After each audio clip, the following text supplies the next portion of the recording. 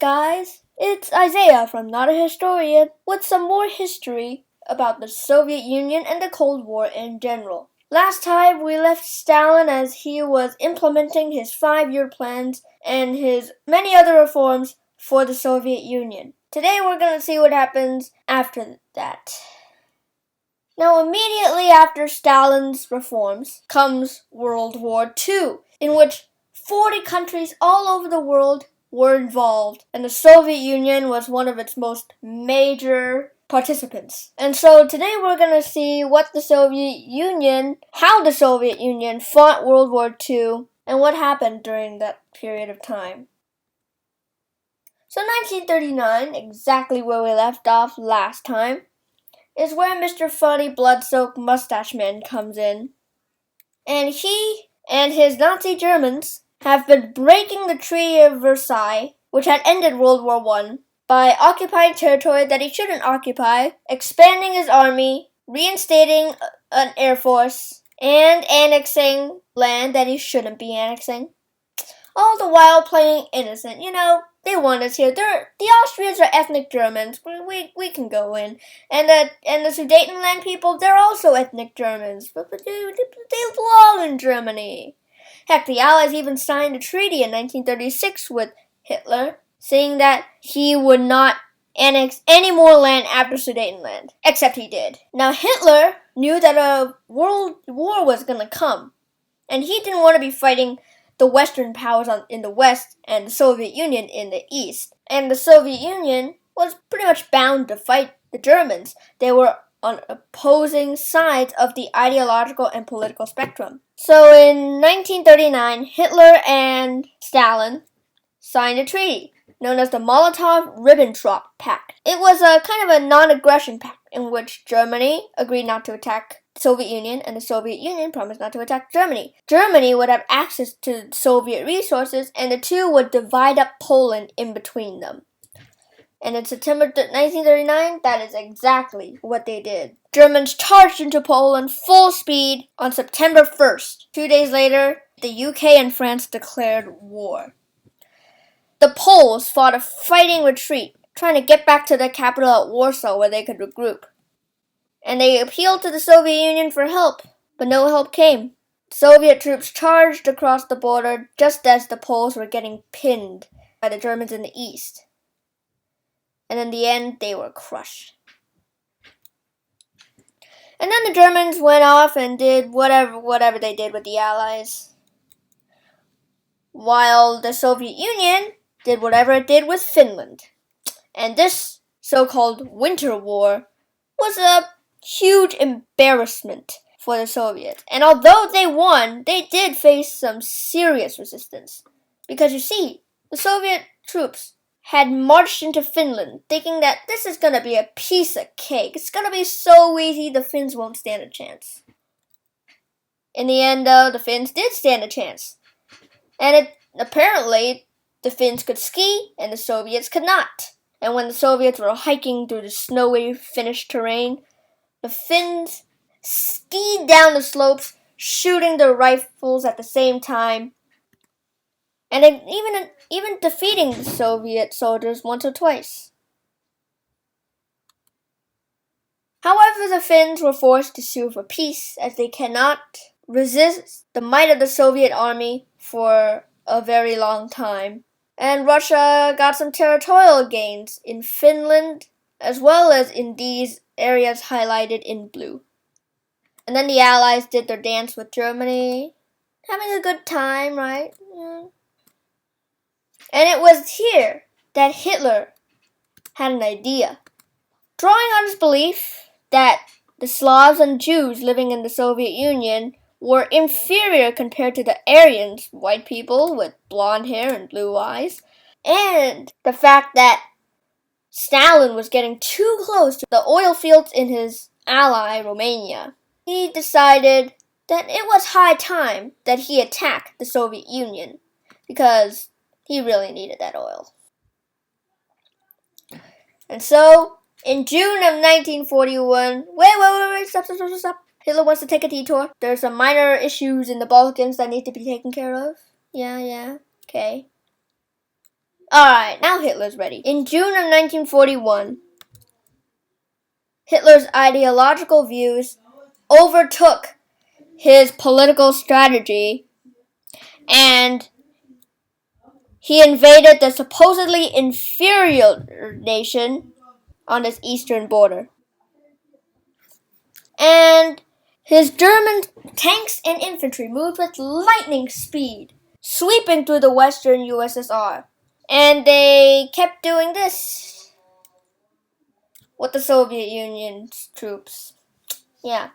And they ended up encircling mind-boggling amounts of Soviet troops and then forcing surrender, sending many of them to concentration or forced labor camps, or conscripting them into the army.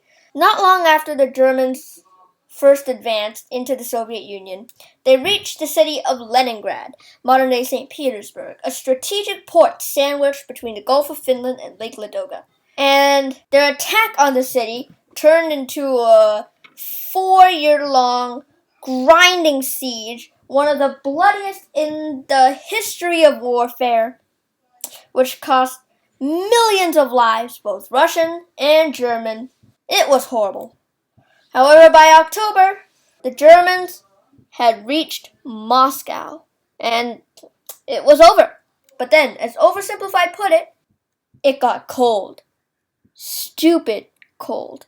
The Germans were not prepared for this cold, and they were shivering in the snow. And it was at this time that Stalin and his Soviets finally got their act together, and they started pushing back the Germans, halting their progress. Meanwhile, all over occupied Russia, the Germans brutally treated the native inhabitants. Ghettos were set up for Jews. Forced labor was conscripted from the Soviet masses. Food shortages were rampant. And extermination and concentration camps were set up all over the land. In 1942, Hitler had another idea. He knew that the Caucasus region has a lot of oil, and he desperately needed that oil now more than ever. So that year he launched the Battle of the Caucasus, in which his German troops invaded the portion of southern Russia north of the Caucasus Mountains. His strategy was to cut them off from the rest of the USSR before moving in to take the oil. And his troops faced no resistance at first, until Hitler got a little cocky. He stripped the 6th Army of its tank reinforcements, leaving it to continue the journey to the Caspian Sea alone. And in order to do that, they have to capture the strategic city on the Volga River, Stalingrad, present-day Volgograd. The German Air Force, the Luftwaffe, bombed the city to rubble. Now, it is at this point that I would like to mention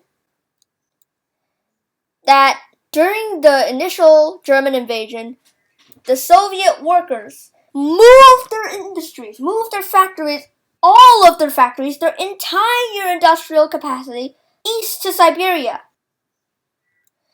out of reach of German hands. And there they had been consistently producing war material and equipment. And as the citizens of Stalingrad were barricading themselves in, the new and improved Soviet troops barreled down on the Germans. Street-to-street fighting ensued for the next year or so. And the Germans aggressively pushed forward, so aggressive, in fact, that they let their defenses down. The Soviet troops were able to break the defensive line, surround the Germans, and annihilate them. And the Battle of Stalingrad, along with the Siege of Leningrad, was one of the most brutal and bloody battles in the history of mankind, with millions losing their lives on either side, and the citizens starving to death and getting killed by both Germans and Soviets alike. And this is a topic that I would like to discuss later in a future episode. From there, the Germans just kept getting pushed back and back and back. Except for one time, at the city of Kursk, in which a bunch of German tanks and a bunch of Soviet tanks met, fought a giant battle until the Allies invaded Sicily and the German tanks had to retreat. Now, during this time, the Germans and the Allies had been doing their own thing in the Atlantic, which I'm not going to go into detail about. Also, the Allies were invading Sicily, as mentioned before, and they were fighting a war in Italy. And, egged on by Stalin, the Allies opened up a second front in Normandy, France, on June 6, 1944, with the D-Day landings. And it was also at this time that Stalin initiated a series of mass deportations of ethnic groups that have been living in Russia for generations upon generations. He sent them east to Central Asia and Siberia, displacing millions upon millions of people.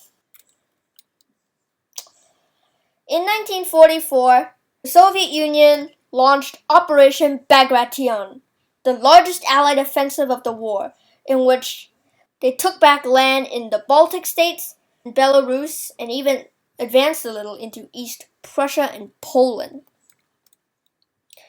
And during the operation, the Soviets just pushed the Germans back, and kept pushing the Germans back, and even destroyed the Germans in a few places. And then the Germans and the Allies duked it out in France, in the Netherlands, and in the Ardennes. Now, in 1945, Stalin launched the Vistula-Oder offensive, which was much like Operation Bagration, where the Soviets pushed the Germans back and destroyed them sometimes. And the war in Europe culminated at the Battle of Berlin in 1945, when Soviet troops surrounded the city of Berlin with German soldiers and citizens still inside. Street-to-street fighting took place in Berlin as it did in Stalingrad. Hitler, hiding in his bunker, saw that all hope was lost, so he took his gun and shot himself. And the Germans surrendered a week later. However, that was not the end of World War II. Oh no. There was still another Axis power, Japan. And I'm not going to go into detail about island hopping and the war in the Pacific and stuff like that. No, I'm going to focus on the Soviet side of the story. So in 1939, the Soviet Union had actually fought a battle with Japan while aiding their satellite state Mongolia against the Japanese puppet state Manchukuo at the Khalkha River. The Battle of Khalkha was a Soviet victory, and Japan didn't dare tangle with the Soviet Union again. In 1945, as part of a deal with the Western powers, the Soviet Union invaded Manchuria. At the same time, the atomic bombs were dropped on Hiroshima and Nagasaki. Due to these factors, Japan finally surrendered in September. And many people think this is solely because of the atomic bombs, but the threat of a Soviet invasion also played a role.